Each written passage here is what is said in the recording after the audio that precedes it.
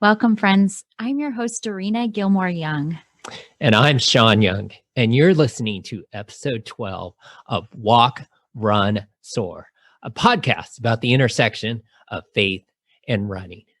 We help runners and walkers who lack purpose with their exercise routine or lack of routine and long to experience God in a more meaningful way while they walk or run. Today, we are interviewing Tony Churchill, who happens to be my running coach from high school. He coached track, soccer, baseball, basketball, wrestling, and tennis. He's been coaching and teaching for more than 35 years. And we had a great chat with him about his coaching philosophy, reminiscing about the glory days when I used to run track and play soccer for him back in high school, and how scripture inspires him. Friends, thanks for tuning in to our podcast. We are here to run with you, to pace you, and to inspire you with weekly devotionals, scripture, interviews, and quick coaching tips in about the time it takes you to go for a short run or walk. So pop in your earbuds and listen in. Each week, I'll be starting off by sharing just a short word of encouragement from scripture to help give you a cool drink of living water before we go into our interview time. And today I want to talk about the theme of pressing on toward the goal. In Philippians 3, verses 13 to 14, the Apostle Paul is writing to the church in Philippi, and he says, "Brothers and sisters, I do not consider that I have made it my own, but one thing I do, forgetting what lies behind and straining forward to what lies ahead, I press on toward the goal for the prize of the upward call of God in Christ Jesus." I think this is a great word for us during this time, during this season, as we are closing out 2020. And it kind of reminds me of something that we have done through the years with our Remember Haiti half marathon training team. Shawn and I coach this team every fall. And typically, not in 2020 during COVID times, but typically we have hosted a family track night on Thursday nights at a local high school track just a few minutes from our home. And this has been just an amazing time of building community. The moms bring cooler bags that are filled with fruit strips and popsicles and cheese sticks and drinks. And we spread picnic blankets out the kids to run around in the grass on the football field while the older kids and the parents will do their workout on the track. This is something that we have really come to look forward to, just a time to gather together, to work out together, and even to pray together as we are raising funds for whatever project we are doing that year for Haiti with the organization Haiti Go. So these workouts on the track are something that I have always really personally loved because they energize me, especially when the temperature kind of cools down in the fall. Shawn usually has people do a little warm up with dynamic exercises and stretches, and then we get out there and do interval workouts. This is something where we can learn how to run a little bit faster speeds, where we can learn to improve our running form. And it's a time where we can gauge where we're at with our pacing. A lot of us are at different paces, but the nice thing about being on the track is that you will continue to pass each other and be able to encourage each other. So we'll run 400s, which is one time around the track, depending on what he gives us for that night. It's always a little bit of a surprise. So as a person who is part of the team, but also a coach on the team, I really enjoy these evenings. And I love them partly because I was a track athlete in my younger days. We're going to talk about that a little bit more on this episode. And on the track, there's just something that happens inside me where I feel this freedom to just go all out because I know where the starting line is. I know where the halfway point is. I know where the finish line is. And when that finish line is in sight, I love to just run my heart out to sprint. And I'm not normally sprinting when I'm running a half marathon or a marathon, but I think there's just something that kind of takes me back. And I love the idea of pressing on toward the finish. So in Philippians 3 that I read at the beginning, the Apostle Paul is writing from prison in Rome while awaiting his sentence. And Paul He uses this running metaphor. I kind of think he was a huge fan of the original Olympic Games because he often talks about running throughout his letters. And specifically in verses 13 and 14, which I read, he's urging the believers in the city of Philippi to persevere with purpose. And he's really just trying to encourage them, admonish them, exhort them. He says, forgetting what lies behind and straining forward to what lies ahead, I press on toward the goal for the prize of the upward call of God in Christ Jesus. And so in this context, we can assume that Paul most looked forward to being with Christ in eternity. I mean, he was in jail. He was waiting to hear his sentence. Quite literally, he was looking forward to being with Jesus Christ in heaven. But he's also encouraging his fellow believers to keep pressing on in their faith, to keep looking toward the prize that they will receive in heaven. And even as some of them are enduring persecution, he's telling them to lift their eyes from their suffering and to see the joy that is ahead. And as I was reading through these scriptures again this week, I was just really impressed with how appropriate these words are for this time, for November of 2020, when a lot of us are facing suffering, we are facing disappointment, we are facing grief, and that it is important for us to press on toward the finish line. So that's what I want to encourage you with today. And I want you to think about, what's that one disappointment or what's that attitude that is kind of holding you back in this season of life? Let's pray and let's press on so that we can finish well. And so that as we go into 2021, no matter what the circumstances, that we know that we have run our hearts out and that we are chasing after Jesus for the finish line. Welcome, friends. We're so excited for you to be with us today on this last episode of the Walk, Run, Soar podcast for season 1. And today, Shawn and I are interviewing a very special friend of ours. His name is Tony Churchill, and he happens to be my track and field and soccer coach from high school. So we invited him to be with us a couple of months ago for our Walk, Run, Soar launch party.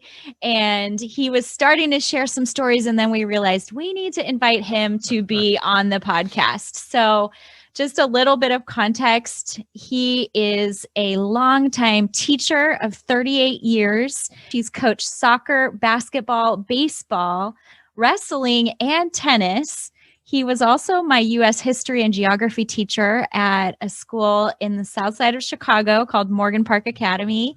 And he lived in Chicago for 30 years, but now he is back home in Wisconsin where he lives with his wife, Shelly, and close to his daughter and 4 grandkids. He also has 2 sons. So we are super excited to welcome you, Tony. Thanks for being with us. It's great to be here. Dorina and Shawn, thanks for having me.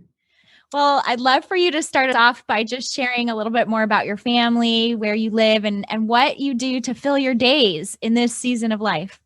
So as you mentioned, my wife and I here, and our daughter and her husband and 4 kids, they live just up the road. My parents are in the Milwaukee area. My wife's mother is up in far northern Wisconsin. So it was just kind of natural that we came back here from Arizona, although we miss a lot of the people and the weather in Arizona. It would, especially with the whole COVID thing going on, it's better that we're here than there. We're both still working. My wife is a nurse, and she actually rotates through the COVID clinic at her hospital.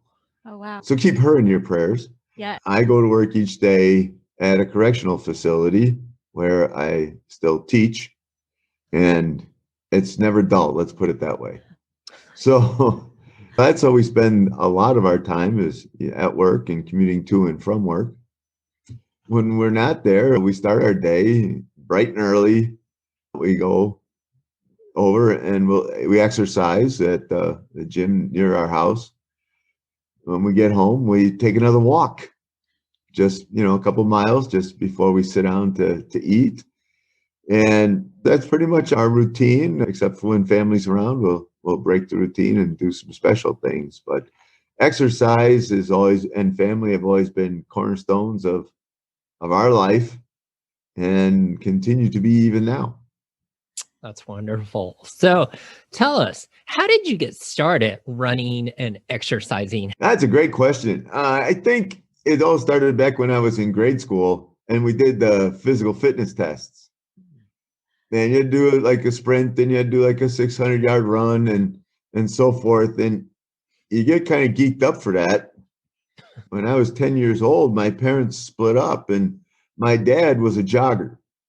When he would pick us up and we'd go spend time with them, one of the things that we did was exercise. I would jog with him. And I couldn't barely keep up. It was all I could do to stay with him for even a mile. But I think that kind of got me going. And then I realized that it was kind of fun. And I enjoyed sports. And in order to play sports that I liked, I had to stay in shape. And that included running, whether it was running hills or sprints or long distance running, it was running. It was inexpensive and something you could do just about anywhere. So running became a key component of my training, even as a teenager. It was just something to do. I think I became like a endorphin junkie at the time, just couldn't get away from it. I wondered if you could tell us a little bit about your coaching history. You've coached a lot of different sports, many different athletes, maybe hundreds of athletes. Probably thousands. Thousands. Wow. A few hundred teams and thousands of athletes. I started out actually coaching in college, just volunteering, because I knew I wanted to be a coach and you want to get some experience. So you just have to kind of put yourself out there. So I started just doing it on a volunteer basis. And then when I was doing my student teaching, I volunteered to help coach the baseball team. Okay. Little did I know that God in his infinite wisdom was going to open the door for me to get hired in the job that I was student teaching in. And I'd become the baseball and the wrestling coach. So that was good preparation there because I was going to be coaching a lot of the kids that I had just got done working with as a student teacher. Then we were in Oklahoma there for a year. I really wanted to coach basketball. I realized that wasn't going to happen at the school that I was at. And to get back closer to family, we moved to Chicago. Now, growing up in Wisconsin and then moving to Chicago was just a complete brain flip because Chicago represented everything bad for me as a cheesehead. And little did I know that it was going to be home for half my life. I won't call it a love, but a fondness. Generous. For Chicago. So it was there at Morgan Park Academy, like you mentioned, that I got to teach and coach a lot of different things, including soccer and track. And that's where Dorina comes into the picture because I got to be first her soccer coach and then segued from there to use that against her, I guess, to get her to run track. Coaching is just something I enjoy. I think that the part of it that I enjoy the most is the camaraderie developed, the bond that you develop. Like you mentioned, hundreds of kids, thousands of kids. And I can remember so many different little stories about different people, and they really enriched my life. I hope I did a fraction of that for them, but I know that each one of those kids enriched my life. I think those bonds that you forge through thick and thin, so to speak, are the things that mean the most later on. It's not the wins and the losses, although I guess on one level those are important, but they're not the most important thing. It's the bonds that you make with people and then the experiences you have and how you grow as a result of those. I remember a time when Dorina was in high school, we lost our homecoming game. I don't know if you remember this story, but we lost. And I was down. I was really down. And as I was leaving the gym and locking up the gate, there was a man outside the gate. And he looked homeless. And I believe he was. And he was mute. He had like an index card. And he gave it to me and I read it. And it was something to the effect of, could I spare any change? That he was the father of, I think it was 3 children. And, he just was trying to provide for his kids. And anything I could give him would be great. And could he pray for me? And at that moment, that soccer game that we lost meant absolutely nothing, because I realized that what this man was going through was significant, and what we had just experienced was just a life lesson, just a life experience. But this man was actually doing what he could as a father to provide for his children. Put it all back in perspective. Yeah. What a great story. So, church, as Dorina's husband, I'm always intrigued by stories from her past. And I know that you coached her. Well, you coached her in soccer, in track, had her as a student in your classroom. Do you have any fun or even incriminating stories that you may want to share with our audience about Dorina? Well, for every one incriminating story I may have, she probably has 5 about me. So I'm going to hold off on those. Hashtag true story. So you'll have to wait till later for that, until I have a lawyer sitting next to me or something. But I do remember a couple. One was her freshman year. She came out for soccer, and it was pretty obvious that she was going to be one of our top defenders. Now, I'll be polite. She was diminutive compared to the boys on the team. Tiny. Yeah. Yeah. But she was tough and she was tenacious. And she just didn't want to let people get around her with the ball. So I made the decision that she was going to start her very first varsity soccer game her freshman year. She was going to be our right defender. Now, the right defender is defending the left side of the attacking team. And usually what the attacking team will do is put someone on that left side who is very athletic, and they can run very fast. And generally, the ball is going to get passed from the right side of the offense toward the left. And that person is generally pretty adept at putting the ball in the goal. So putting her in that position, a very key position on the field, well, let's just say that there were people on the team at the time who questioned that. That was the best way to go. And I don't know if Dorina remembers Sadr Nomikas, but Sadr Nomikas was the best player on our team at the time. And he actually went to bat for you, and he understood completely why you were going to play that position. You were playing the best in practice, and it had nothing to do with the fact that you were taking a spot away from a boy who was a junior or senior or something like that. It was, you put the best 11 people on the field. And when he got behind it, I don't know that the other guys did too, but at least they shut up about it. Sure. And then you went out and just played so well, it kind of shut people up too. So you didn't, early on, you faced some adversity from your own teammates, and yet you came through it. You just went out and did your job in spectacular fashion, and you won them over. So I do remember that. I remember coaching you in track, and I mentioned this before, Shawn, I know you've seen this. She makes this face when all of a sudden she decides she's going to get determined, right? And she just kind of makes this face like, okay, this is it. We're going to do this now. And she sets her jaw and kind of looks down a little bit. and just goes. And it's kind of like, okay, she's got this now. I saw that in soccer, but I mostly saw it on the track, where she would just decide, I'm going to go get that person ahead of me or those two people ahead of me. And yeah, she did. So the other one, the famous story, and Dorina, you can fill in any gaps that I leave here, is Okay. how she got roped into doing hurdles. I literally just pulled a hurdle into the middle of the field.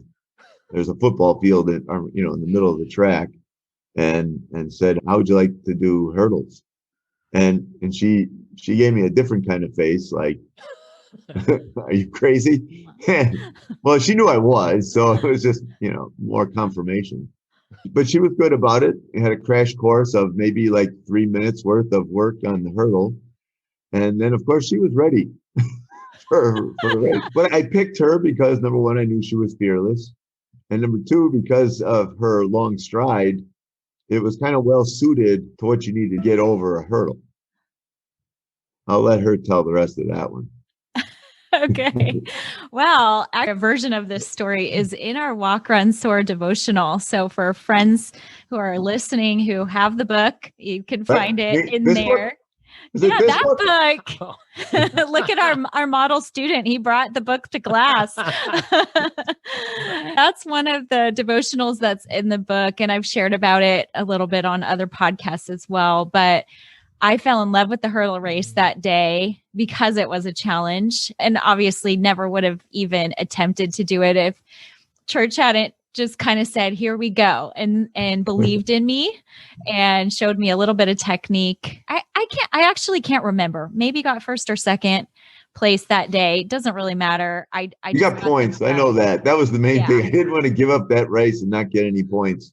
We needed points, and you were going to get them. I know you were after points. And so I was like, okay, I got nothing to lose here. And the point was that it actually became kind of my specialty race after that. And I did some more training with another teacher at our school who had experience in hurdles. What he was talking about.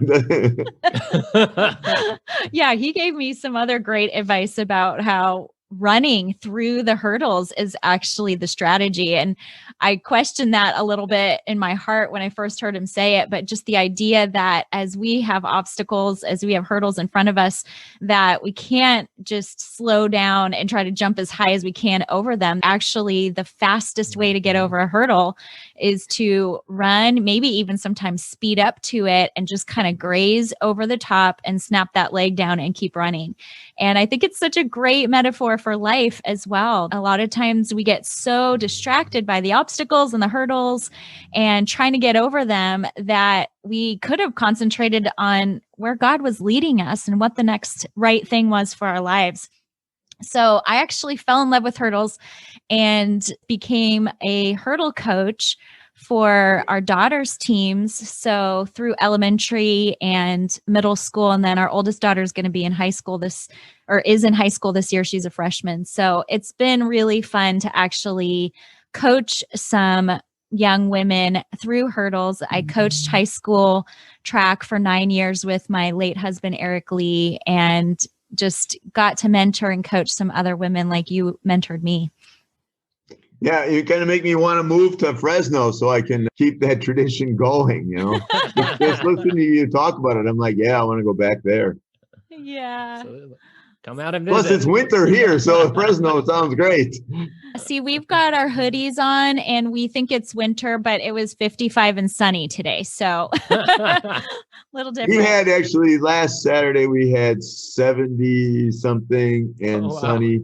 But today we barely touched 40 and it was drizzly about half the day. I got to make a comment about that homecoming soccer game because I definitely remember Sauter, and I remember how I kind of had to prove myself to him, but then he became like my brother on that team, and he knew that I could work hard. So it was neat to see the bond that formed, because you had faith in me and invited me into that position. And I do remember that in that homecoming soccer game, I think somebody from the other team took a shot on me. So Yes. my mom loves to joke that I had a blue dress for the homecoming dance and I had a blue or black eye because of the soccer game I had played several hours earlier. And you were proud of it. I was so proud of it. And It's just eyeshadow. Yep, that blue eyeshadow. And we didn't have a football team at our high school. So soccer was kind of the main event. So it was so much fun to be on that team. We played all over Chicagoland and even in the suburbs. And I remember even there were some games we played in downtown Chicago that were in some rough neighborhoods. And my teammates would usher me to the bathroom. I don't know if that was your idea, Church, or their idea. Probably both, a little bit of both. That was some good times. Yeah. You might mention too that you ran track at a school that didn't even have a track. That's true. Yeah. So we were an urban school and private school, but we didn't have a track. Tell us about that. Well, we trained on the hill. We trained on the sidewalk. We trained in Jones Bowl. We ran stairs.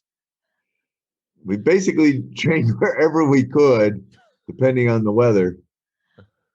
For sure. It's funny too, because Shawn and I had the chance to coach at our daughter's elementary school. They're at a different school now, but it was an urban school, downtown Fresno, did not have a track. And literally we were doing the same thing. We were running kids around the block and they had to cross over like 15 driveways. We were running them around the city park, which how much was the city park? It was just a little corner park, and it was probably like 12 laps per 400 or something. I don't know. Shawn would tell them. No, we had this little loop around the park, and it was like maybe 100 meters for the entire loop. I didn't even think it was 100 meters, the whole loop. So little did you know that back in Chicago, you were not only training me as an athlete, but training me as a coach. We persevere no matter what our resources look like, no matter what our facilities look like. Exactly. You got to embrace the challenge. Make the best of whatever you got. Right. So I'm wondering if you have any kind of philosophies of coaching or things that were really important to you as a coach that you could share with our audience. What are some of those things that you use to encourage people? I think number one is I have to understand that while I'm coaching that person, yes, they're an athlete, but by and large, their participation in athletics is going to end probably after high school, or if they continues, it'll be like recreational league. Mm-hmm. But they're always going to be a member of a team, whether that team is at work or that team is their family or just their neighborhood. So just instilling in people how to function as a member of a team, taking on leadership roles, even if it's just temporary. And Dorina, you're a great example of that in all your different leadership roles that you have assumed. And then just the importance of training, preparation, whatever it is that you're going to do, whether it's a job or a hobby or some sort of activity, to prepare for it and to show up and give it your best. I think that's the main thing, just to get across. And sports is a good vehicle for doing that. Music is too, and drama is too. And you were in enough shows, you know. I had no idea just how much went into that, because I've never really done it, but now I have kids that have, and I see like the people who are running those shows are basically coaches. Mm-hmm. They put the people in the show through very much the same process that a coach does to prepare a team. So whether it's a kid is participating in music or drama or a sport, they're learning these other skills that are going to help them and carry over into life. I think as far as a coaching philosophy, that's it, is that the sport is one thing. Now we want to win this game, but mostly we want to just give it our best effort, do the best we can. And if we've given it our best, then the score doesn't really matter. Definitely. I think that's one of the things that I remember you instilling in me and my teammates on the soccer field and on the track. I think about endurance and perseverance, just as those being two really high values for our team. I have some fond memories of running suicides, as we called them, Yes. on the soccer field. Yeah. Which that was a basketball thing, and I thought, there's lines on a soccer field. It would translate. Yes, church translated that very well for us. And so we developed perseverance and endurance by running every line on the soccer field, which I think there's more lines on the soccer field than on the basketball court, just for the record. Yeah, they probably are.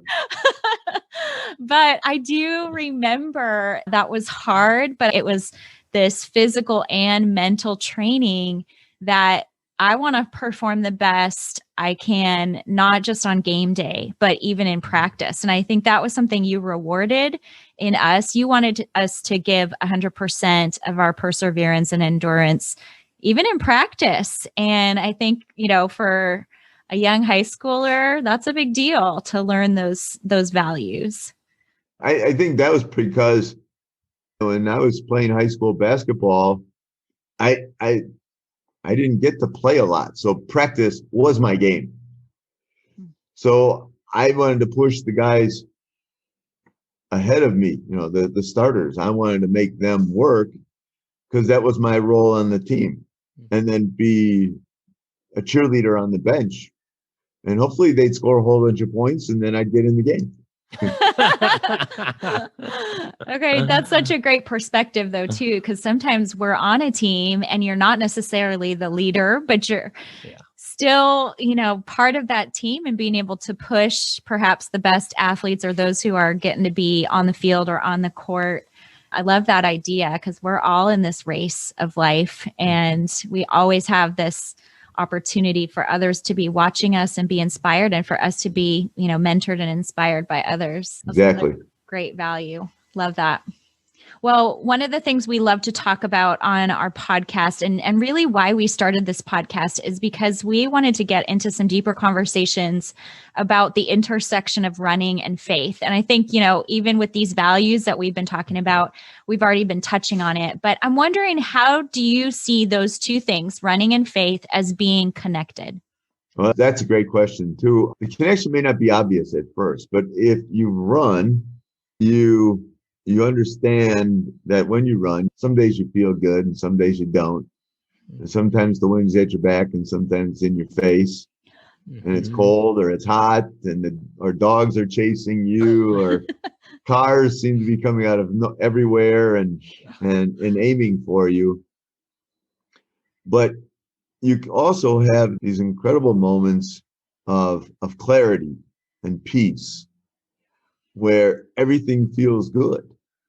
And I think it sort of parallels our faith walk, where there are times when it's a struggle and there's all sorts of things getting in your way, and you have to dig a little deeper in your faith, just like you do when you run. And then there's other times when you're just coasting along and everything's going great, and you enjoy that all the more because of what you just went through. But understand that it's not permanent. There will be some bumps in the road later on, but that's when our faith grows and deepens, is through those difficult times when we have to put that face, that determined face on her, and look on our face and just kind of bear down. And I'm not going to make a habit of saying that. And the Chicago girl laughs about that one. But we do have to just kind of dig a little deeper and pray a little harder and get through some of those times to get to those moments of clarity. Are there any stories or verses from the Bible related to running that continue to inspire you today? As I get older, the verse from Isaiah about waiting on the Lord and soaring like eagles, like with your book, that one is taking on more meaning, because it says even the young men will grow weary, which is I feel sort of validated by that, some vindication too, but because, as I've aged, running can be a bit more of a labor than it ever was. Now I have to work hard to go slow or what I used to consider like really slow. And if you think about it, it says that even the young men are going to grow weary, but them that wait on the Lord. So it's not just the old guys who are going to get weary. Even guys like you, Shawn, are going to get weary. Although I don't know that you ever do get weary, but I don't know if I'm still maybe young. when it's your turn to do the dishes, when it's your turn to do the dishes, you're kind of weary. I understand. All right. But I think that verse in particular would be meaningful, just to understand that there are things in life we wait for, and that if we just kind of get out of God's way and let him be God, that things happen, and it may not happen in our time, but it will happen.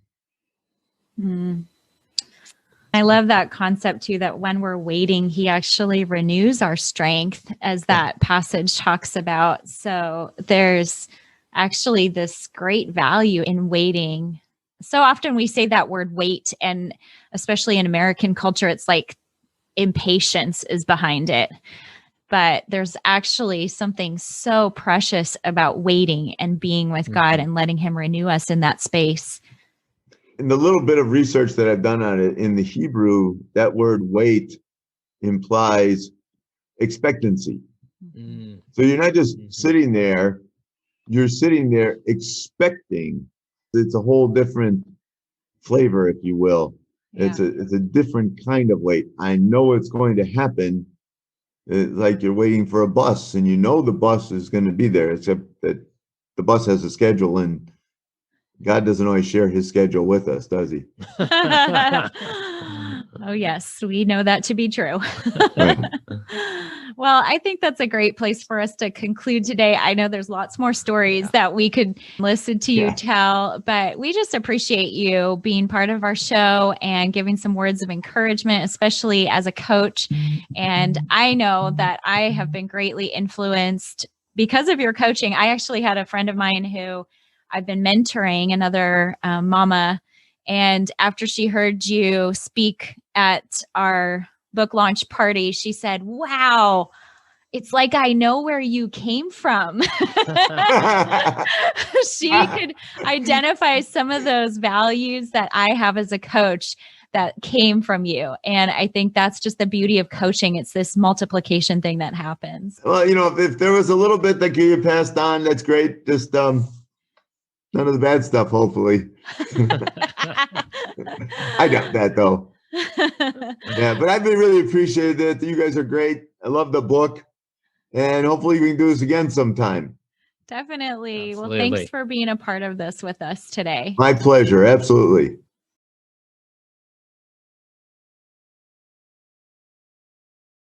This week's coaching tip has to do with speeding up towards the end of your run. At the end of long runs, gradually increase your pace the last mile and envision yourself running and racing towards the finish line. This will help you in any upcoming races to be able to finish strong and with a smile on your face. Before we close, I just wanted to share a few more details with you about our new book. If you haven't heard about it, Walk, Run, Soar is a 52-week devotional and training journal that's designed for runners and walkers who long to experience God's presence in a deeper way. Walk, Run, Soar gets you moving with a new motivation, and that motivation is knowing Jesus more deeply. And what I love about this book is that it also includes some practical things, training plans, some reflection questions, and a space for journaling, whether you would like to record your mileage or just write down a few things that God might have shown you along the way as you were working out. And I know that many of you are probably trying to figure out what to get your people for Christmas this year. And so we want to encourage you to buy this for your friends, your family members, maybe even to add it to your own Amazon wish list. Walk, Run, Soar is a great gift to encourage all the runners and walkers in your family. And it's also a great gift to help people just jumpstart their 2021. And don't forget to join our free Glory Chasers Christian running group in Facebook. We offer up coaching, community, and courage in that space. We'd love to have you hop over there and connect with runners and walkers from across the globe. And we'll be kicking off a new training season in January. Make sure you follow all our posts there. And we also want to invite you to subscribe to our weekly Glory-gram newsletter. This is the way that we keep in touch with people more personally. We know that social media can sometimes get a little bit noisy. And so I send out an inspirational story and recommendations for great books and videos, music, running tips, and more. So we send these out weekly. And we're doing something really special for December. This is my 4th year that I am sharing an Advent devotional that you can do on your own or with your family. I send those out every Sunday morning to subscribers of our Glory-gram. And this year's theme is Under His Wings. So this is an exclusive series that includes a written portion as well as an audio portion. I would love to be able to gift this to you. So make sure that you are signed up. You can head over to DorinaGilmore.com.